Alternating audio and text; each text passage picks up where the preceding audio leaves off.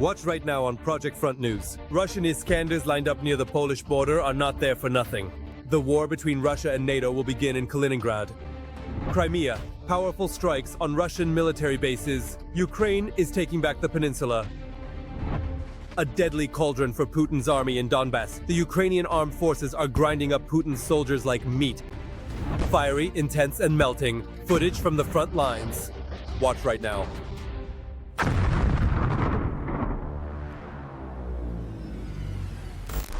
Greetings, this is Vladimir Timoshenko with you, and we begin right away with the main topic. Russian Iskanders in the Kaliningrad region. These images have spread around the world, and everyone understands perfectly well. It is precisely Kaliningrad that could become the place where a full-scale war between Russia and NATO begins. Why this particular city? Was NATO even prepared for such a scenario? Our next report is about this. The starting point. A war between Russia and NATO begins with the Kaliningrad region. Kaliningrad is undoubtedly one of the most important regions of Russia. Our outpost in the west. The Kremlin is preparing new provocations. The Russian army has moved Iskanders closer to NATO's borders. NATO has declared its readiness to strike Kaliningrad instantly. The Kaliningrad region is the westernmost region of the Russian Federation and is an exclave completely separated from the main territory of Russia by other countries. Russia has effectively turned the Kaliningrad region into a military base. The main formations include ground forces, aviation, and the largest naval base of the Baltic Fleet. The Russian enclave has always been militarized. It is located, as it were, in the heart of the NATO space, between Poland and the Baltic Sea, with Belarus nearby hosting tactical nuclear weapons and missile systems. Looking further ahead into the future, this significantly means that the region of Kaliningrad is progressively becoming a highly special militarized zone, which consequently creates substantial and significant risks for the entire North Atlantic Treaty Organization alliance. Kaliningrad very often becomes the center of Russian saber-rattling. In this way, Putin is testing the waters of NATO's capabilities. For example, during the joint Zapad and 2025 exercises with Belarus, the military practiced combat operations on the territory of the Kaliningrad region. After that, the Kremlin transferred Iskander missiles there, which posed a threat to 6 alliance countries. Undoubtedly, this is a clear and deliberate probing of NATO's immediate reaction, thoroughly testing its operational capabilities, meticulously checking established response protocols, and certainly mirroring these aggressive actions. These significant and provocative actions fall under the intense scrutiny of the highly experienced general staffs of the opposing countries, carefully analyzing every detail. For Russia, a direct confrontation with the North Atlantic Alliance is widely seen as absolutely necessary. It should be understood that the next stage of retaining power by the current ruling clique, that is the Putin regime, is at play here. The current Putin regime, in its very essence, cannot truly exist in conditions of genuine peace. Indeed, it simply cannot endure or thrive in a state of truce. As of this very moment, it appears that it can exist and maintain its power only within a perpetual state of ongoing conflict and war. According to experts, all the provocations by the Russian authorities in the Kaliningrad region currently amount to nothing. From a military standpoint, Kaliningrad is absolutely not a knife in the back. It is a vulnerable location. Russia will have to save Kaliningrad instead of Kaliningrad or the Kaliningrad region, serving as some kind of springboard for a large-scale operation. Most of the military units in the Kaliningrad region are currently empty, since their personnel have been redeployed to Ukraine. Overall, the Kaliningrad region is the Achilles heel of Russia in Europe, specifically for the Russian Federation. Back in July, NATO allies announced the creation of a plan to neutralize the Kaliningrad region, which is intended to counter threats from Russia and ensure global deterrence. What the military-industrial complex of NATO countries is doing today, to put it mildly, does not entirely correspond to the modern challenges and evolving circumstances. That's why the question arises, are NATO countries ready to deploy, for example, their 50 Leopards there against 2,000 to 3,000 Russian drones per day? Well, in Ukraine, Russia is currently using on average 1,500 drones per day in the first wave of drones. Is NATO ready for this? No. Putin now needs to demonstrate NATO's inability to handle such provocative situations. Russia is interested in creating discord within the alliance. It needs division and the undermining of unity in order to create a serious crisis within NATO. And now about the temporarily occupied Ukrainian Crimea. Russia is strengthening the air defense of the peninsula much more intensively than the protection of its own oil refineries. Telling, isn't it? But Ukraine is methodically reclaiming Crimea with powerful strikes on enemy military targets several times a week. But there is another very interesting point. Which countries are already ready to help our army with weapons to reclaim Crimea? That's exactly what we'll talk about next. Crimea in the crosshairs. The temporarily occupied peninsula is at the center of attention for Ukrainian special services.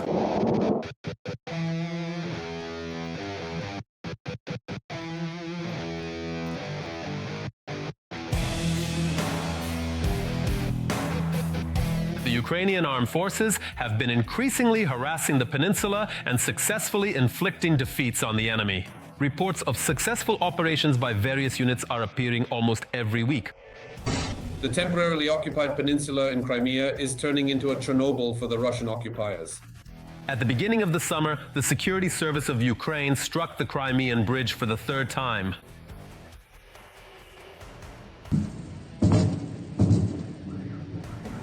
The underwater supports were severely damaged at the level of the seabed. This was made possible by 1,100 kilograms of explosives. In fact, the bridge was in an emergency condition. And here, the good drones of the Ukrainian Armed Forces paid a visit to the Russian invaders' airbase in Hvardiyska, not far from Simferopol, where they successfully struck two enemy Mi-8 helicopters. Their estimated value is up to $30 million, and a Russian tugboat was also hit.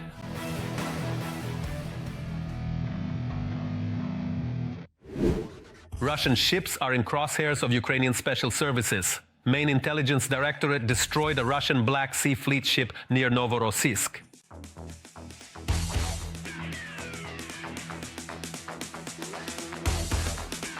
The Ukrainian Armed Forces struck a ship that the Russians had put into service in 2015.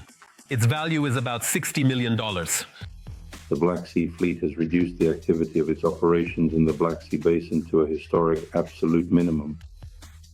This is one of the clearest confirmations of the success of the Ukrainian Defense Forces operation. At the main command of the Russian Federation, Ukraine's defense forces and special operations forces are currently destroying Black Sea Fleet vessels. And as a result of the successful actions of Ukraine's defense forces and the Ukrainian armed forces, about 35% of the Black Sea Fleet's vessels have been destroyed. And here, special forces struck a Russian radar system from the S-400-3 U air defense complex.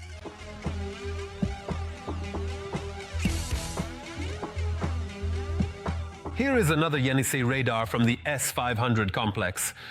The destruction or even damage of all these radars leads to the disarmament of Russian air defense in Crimea, which is currently represented by two anti-aircraft missile regiments. On the Crimean Peninsula itself, there is a hunt for Russian air defense systems, and Russia has found itself in a hopeless situation. Crimea is a trap for Russian air defense, which is being systematically and methodically destroyed. And this is because the territory of the Crimean Peninsula is, by its nature, enclosed. It is a closed space.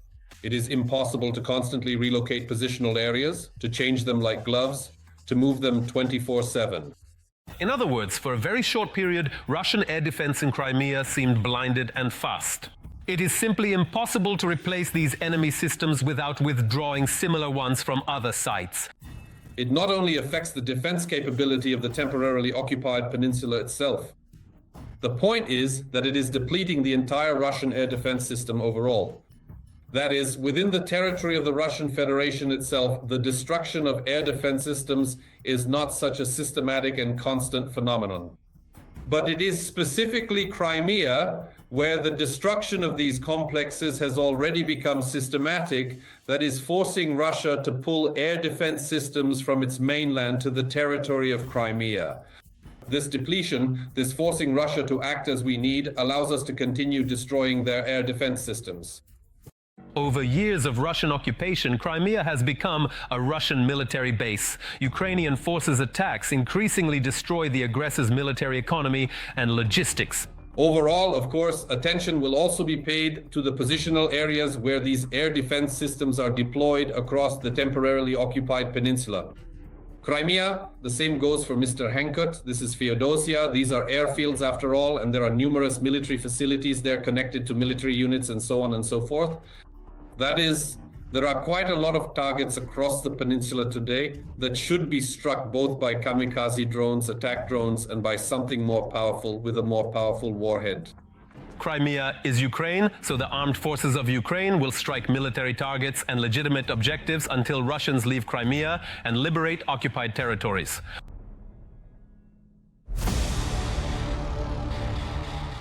And now let's move to the Pokrovsk direction of the front. Let's be honest. This is a sacred goal for Putin and his entire gang, and accordingly, the situation here is stretched to the limit. In the Pokrovsk direction, Russian invaders made 43 attempts to push back our defenders from their positions in the areas of the settlements of Shakov, Vladimirovka, Novaya Shakova, Lisovka, Zvereva, Kotlina, Udakhnaya, and towards Krasny Liman, Rodinskoye Pokrovsk, Novopodgorodnoye, Molodetskoye, Moravka, Novopavlovka, and Filia. The defense forces are holding back the onslaught and have repelled 39 enemy attacks. Fighting is still ongoing in 7 locations. Ukrainian assault troops are driving the enemy into a trap in Donbas, a real hellish cauldron for the occupiers near Dobropilia. Ukrainian forces are carrying out one of the most successful operations in recent months. The enemy has found itself in operational encirclement, and its losses are several times greater than those of the Ukrainians. All the details are in our exclusive report. Let's watch. Ukraine's defense forces have delivered concentrated strikes on Russian command posts in the Donetsk region. Enemy personnel, including officers and command staff, specifically the headquarters of the Center Troop Grouping and the 41st Combined Arms Army, came under fire and suffered losses. These formations have been deployed by the Kremlin right now to one of the most intense sectors near Pokrovsk. The strike itself was carried out back on September 8th. However, information about its scale and results has only just become known. Notably, just a few days before the attack, on August 28th, these same headquarters were inspected by Russian Defense Minister Andrei Belousov. His visit was meant to demonstrate control over the situation. However, Ukrainian missiles turned the command posts into ruins. Strikes on these military targets have significantly disrupted the command and control of Russian armed forces units and subunits. Ukraine's defense forces continue to deliver precise strikes against the aggressor's facilities to force the Russian Federation to end its war of conquest. Meanwhile, the occupiers' futile plans to seize Donetsk region have been shattered by the strength and cohesion of the Ukrainian army. The enemy turned out to be unprepared for either the strategy or the resistance. And Ukrainian troops have moved on to liberating settlements, systematically driving the Russians out of their occupied positions, turning their attempts at seizure into complete defeat.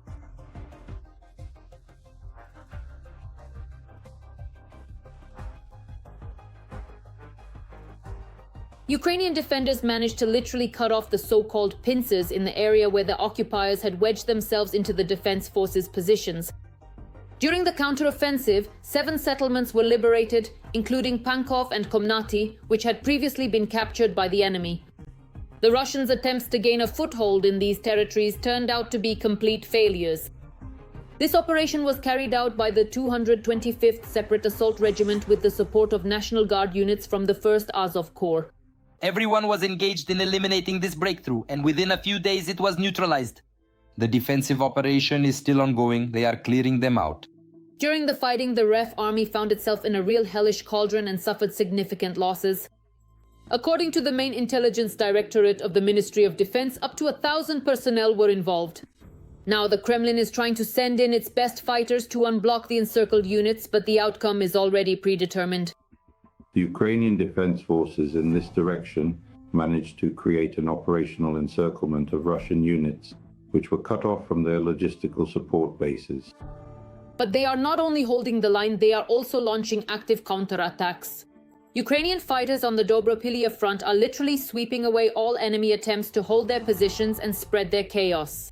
During the latest successful counteroffensive actions, Ukrainian forces have shown their strength and respect. As a result, another settlement has been liberated.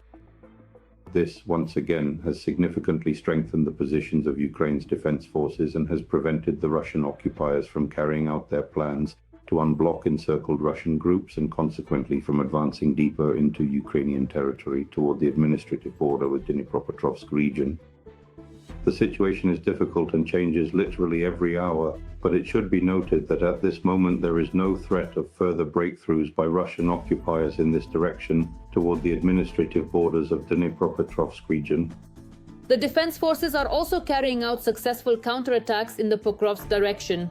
This concerns two settlements, Novoekonomichne and Dakhne. This has taken the issue of an operational encirclement in the Pokrovsk direction off the table. In addition, there have been tactical successes in the area of the settlement of Razina. In the area of the settlement of Razina, Russian occupiers were amassing small assault groups with the aim of further breaking through toward the settlement of Rodinska. Rodinska is of interest to the occupiers because it offers the possibility of establishing direct control over the only paved road. This is essentially the main location of the Ukrainian Defense Forces.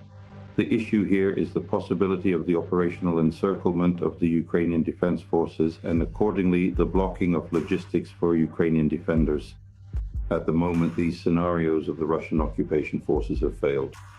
In addition, the defense forces are conducting counter-sabotage operations, destroying small assault groups that managed to break through and tried to gain a foothold in the urban area.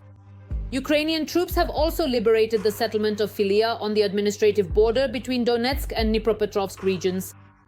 This has reduced the enemy's ability to advance deeper into the Dnipropetrovsk region. However, unfortunately, the difficult situation persists in the Kostyantinivka and Ilmen directions. The occupiers are trying to create an operational encirclement of the Ukrainian Defense Forces in the Kostyantinivka direction. Pressure is being applied from three sides. From the direction of Toretsk, this includes the combat areas of Delievka and Yabunika, and accordingly in the Chasiv Yar direction. In addition, the occupiers are trying to break through the Ukrainian Defense Forces lines along the Pokrovka-Stansinok highway. At the moment, the occupiers control the commanding heights in Toretsk and Chasiv Yar, which allows them to keep not only the eastern outskirts of Kostyantinivka under fire control, but also accordingly the operational reserves of the Ukrainian Defense Forces. There is further advancement of the occupiers towards Siversk, and there is also progress by the occupiers in the Serebryansk forest. Right now, the main thing for the Ukrainian defenders is not to give the enemy even the slightest respite. The coordinated actions of the defense forces show that any attempt by the enemy to break through and gain a foothold ends in failure. Every voice matters. Join our community, support independent journalism and help us bring you the truth from Ukraine. Become a member of Ukraine Today. Join us now. Well then, let's analyze the current situation on the Novopavlovka sector of the front. The bloody rampage of the enemy army continues here as well. On the Novopavlovka direction, the aggressors tried to break through the defenses of our troops in the areas of the settlements of Sekhnevoy, Voskresenko, Kamyshevaha, Ternovoy, Olgovka, and towards Filia, Ivanovka, and Berezovoy. The defense forces also repelled 10 enemy assaults and another 5 clashes are still ongoing. They are just a few hundred meters away from the occupiers. The infantrymen of the 65th Mechanized Brigade are holding back the invaders in the Zaporizhzhia region. It's madness. Constantly under enemy fire. The fighters spend at least 10 days here. They say that leaving from the front line is a deadly operation in itself. TSN correspondents met the infantrymen after another rotation. Now you will see these... In complete darkness, the long-awaited headlights appear. The infantry of the 65th is returning from their position.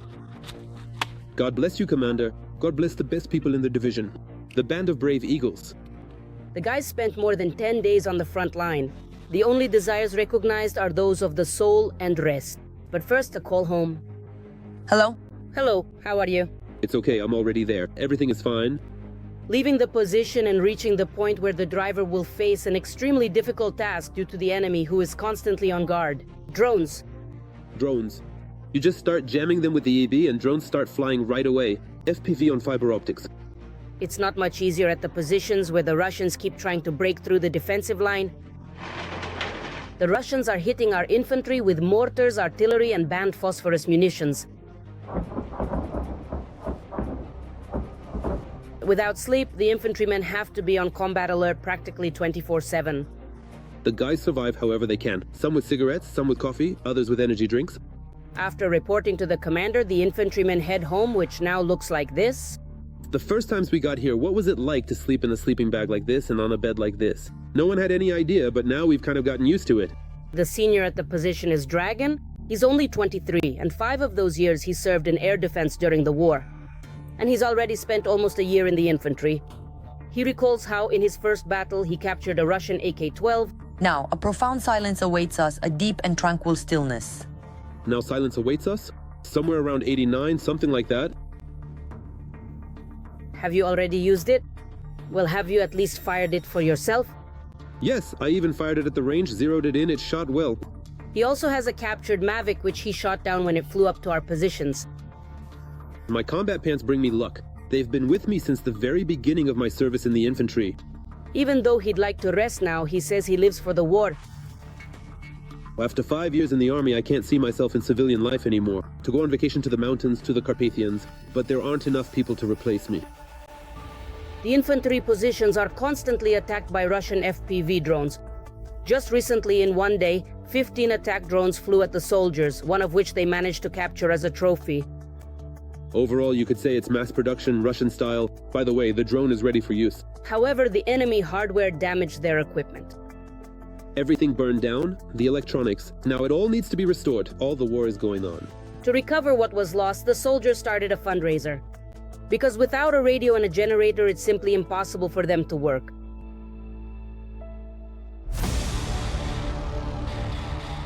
Well then, now let's move to the Lyman direction of the front, where the enemy is also getting active. In the Lyman direction, the invading army carried out 8 attacks near the settlement of Kolodyazi and towards the settlements of Shandrihailov, Stavki and Zarekhny. Currently, 2 significant clashes are still actively ongoing. The advanced Saffron combat laser system was thoroughly tested during the extensive West 2025 exercises, which were notably held in Belarus. In addition, Russia once again deliberately took the opportunity to overtly frighten the entire world with its formidable nuclear weapons. Let's take a much closer look at these very important topics in our next detailed segment. On the last day of the West 2025 exercises, the Russians and Belarusians decided to impress the world with their wonder weapon called Saffron. Propaganda media outlets spread the news online that at the Borisovsky training ground north of Minsk, they tested a mobile combat laser system capable of destroying small UAVs at a distance of 1 kilometer. All that is known about it are the specifications announced by the presenter. The target engagement time is less than 10 seconds and the crew consists of 3 people. Back in the summer of 2024, Russians reported that Russia and Belarus had prepared a new combat laser for testing.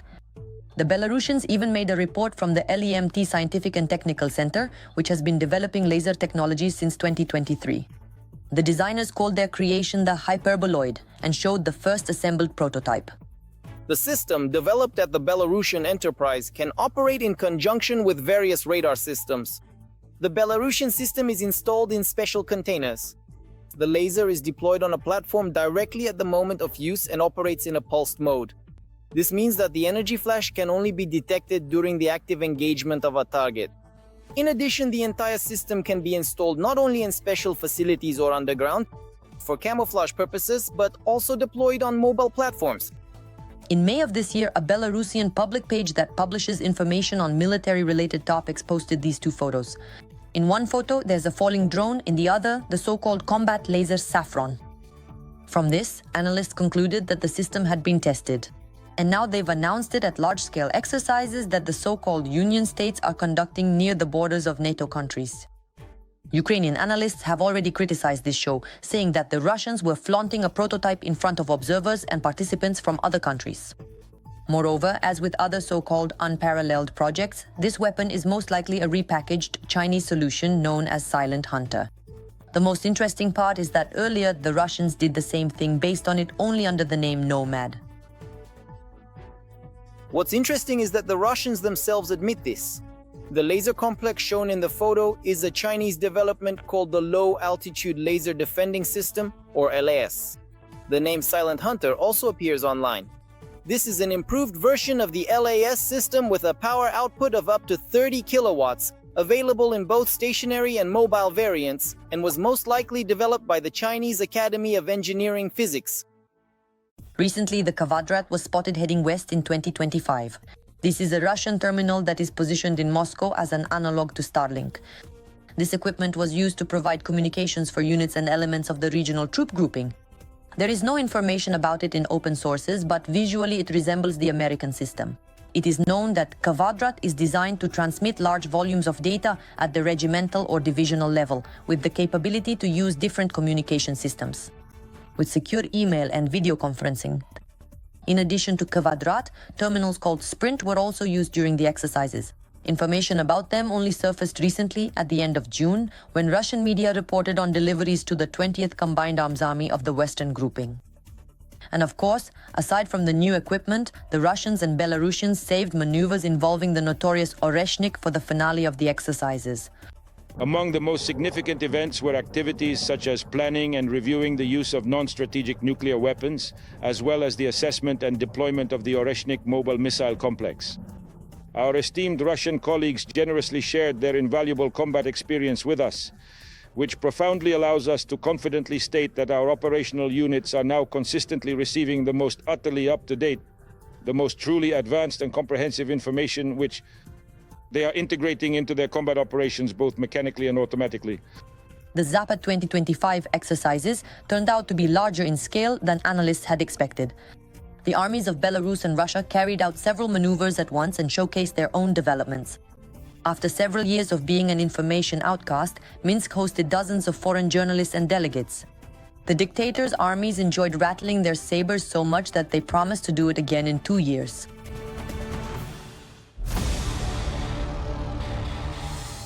And now it's time to analyze the operational situation on the Kramatorsk and Toretsk fronts. The Russian world continues here as well to destroy, kill, and maim. In the Kramatorsk direction, the enemy twice attempted to break through the defenses of our defenders in the areas of the settlements of Alexandra Shultino and Belaya Gora. In the Toretsk direction, the enemy carried out 12 assault operations in the areas of Shkerbinovka, Toretsk, Poltavka, and in the direction of Pleshcheyevka, Rusiny Yar. 2 military clashes are still ongoing. American weaponry continues to arrive for the Ukrainian army. But in addition to the armed forces of Ukraine, the National Guard has also begun to receive it.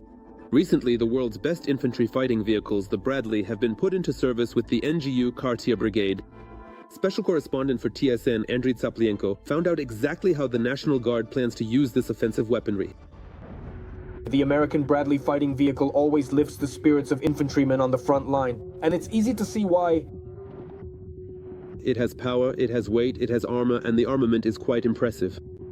These vehicles have proven themselves excellently on the battlefield with the armed forces. Now the National Guard has received them as well. The Heart Brigade is already practicing assaults, disembarkation, and evacuation of the wounded using the Bradley IFV. Essentially, that's exactly what this vehicle was designed for. And everyone, guys, as fast as possible. The main thing is pace, timing. We have very little of it. The Bradley must quickly, ideally in just a few seconds, unload the troops and pick up the wounded. In real conditions, every such rotation takes place under fire. That's why, to minimize losses on the battlefield, the Bradley crew and its National Guard passengers are learning to act in sync like a well-oiled clockwork mechanism. The guys need to know the sequence of actions. There are a lot of nuances. In the same way, now the guys will go through, in theory, how to open the emergency door, how to close it, and a bunch of other details. But all of this needs to be in our heads. There should be a working template. But the main thing to understand is that during disembarkation, it's almost guaranteed that a gift from an enemy drone will arrive. The Bradley IFV is a very fast but massive vehicle. Here in the north of the Kharkiv region, the air is thick with enemy reconnaissance drones. In good weather, enemy scouts can spot the American IFV from several kilometers away from the front line, so everything in the enemy's arsenal will be aimed at it. The company's chief sergeant in the National Guard believes that in his sector, armored vehicles have lost their relevance for now, even ones as advanced as the Bradley. To be honest, right now, I see very few opportunities to deploy and use it in a way that would be safe for my people. Right now, as they say, it's better to go in on foot. This Bradley vehicle is well protected, it's hard to take it out with anything, but the issue is that we have the rear part, the ramp. Even with those same spotters right now trying to drive up to a drop-off point in such clear weather, they'll spot us while we're still on the move, even 10 kilometers before we reach our positions, and they'll be waiting for us. However, the weather can turn bad, the situation can change, and the infantry will have to drive the enemy out of captured settlements. Then the Bradley, which has already become a classic of the Ukrainian war, will become relevant again. And it seems that the National Guard troops are now preparing precisely for such a moment.